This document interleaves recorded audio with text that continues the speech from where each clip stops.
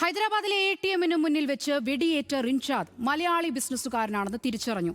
ജനുവരി 31 രാവിലെ 7 മണിക്കാണ് 26കാരനെ വെടിവെച്ചിട്ട കൊള്ളസംഘം അദ്ദേഹത്തിന്റെ കയ്യിലുണ്ടായിരുന്ന 6 ലക്ഷം രൂപയുമായി കടന്നുകളഞ്ഞത്.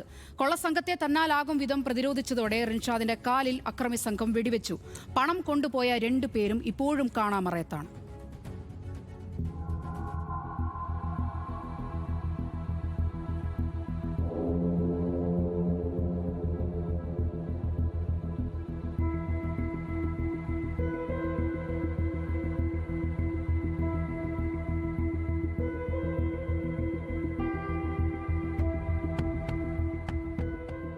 കച്ചവടത്തിന്റെ ഭാഗമായിട്ടാണ് മലയാളിയായ റിൻഷാദ് ജനുവരി അവസാനം ഹൈദരാബാദിലെത്തിയത്. കോഴിക്കോട് വസ്ത്രവ്യാപാരം നടത്തിവരികയാണ് 26കാരൻ. ജനുവരി 7 ഹൈദരാബാദിലെത്തിയെങ്കിലും ലഭിക്കേണ്ട സ്റ്റോക്ക് പ്രതീക്ഷിച്ച സമയത്ത് കിട്ടിയില്ല. അതോടെ റിൻഷാദ് ഹൈദരാബാദിൽ തുടരുകയായിരുന്നു. ചെലവിനുള്ള പണം കയ്യിൽ വെച്ച് ബാക്കി ബാങ്കിൽ നിക്ഷേപിക്കാൻ കസിൻ മിഷ്ബാൻ റിൻഷാദിനോട് പറഞ്ഞു. ഇതനുസരിച്ചാണ് 26കാരൻ SBI ATMിലേക്ക് പോകുന്നത്.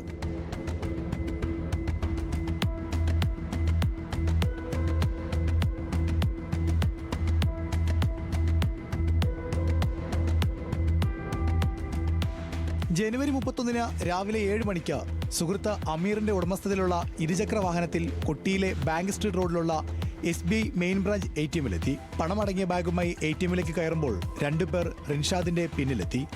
പണമടങ്ങിയ ബാഗ് പിടിച്ചു വാങ്ങിയ സംഘം കടന്നുകളയാൻ ശ്രമിക്കുമ്പോഴേക്കും റിൻഷാദിന്റെ ഭാഗത്തു നിന്ന് ശക്തമായ എതിർപ്പുണ്ടായി. ഇതോടെ കയ്യിൽ കരുതിയ തോക്കെടുത്ത കൊള്ളസംഘം റിൻഷാദിനെ വെടിവെച്ച ശേഷം പണവുമായി കടന്നുകളയുകയായിരുന്നു. റിൻഷാദിനെ അടുത്തുള്ള സ്വകാര്യ ആശുപത്രിയിൽ എത്തിച്ചു. നിലവിൽ അദ്ദേഹത്തിന്റെ ആരോഗ്യനില തൃപ്തികരമാണെന്ന് പോലീസ് അറിയിച്ചു.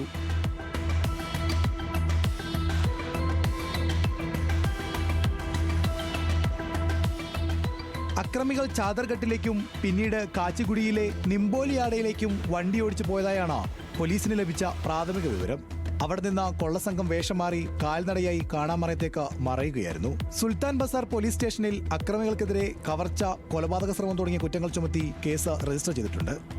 പ്രത്യേക ക്രൈം ടീമുകൾ വിപുലമായ അന്വേഷണം നടത്തിയിട്ടും ഇതുവരെ 2 അംഗ സംഘത്തെ പിടികൂടാനോ ആരെന്ന് തിരിച്ചറിയാനോ സാധിച്ചിട്ടില്ല.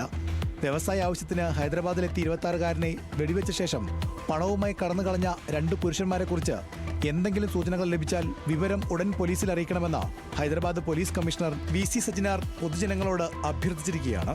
National desk, news Malayalam.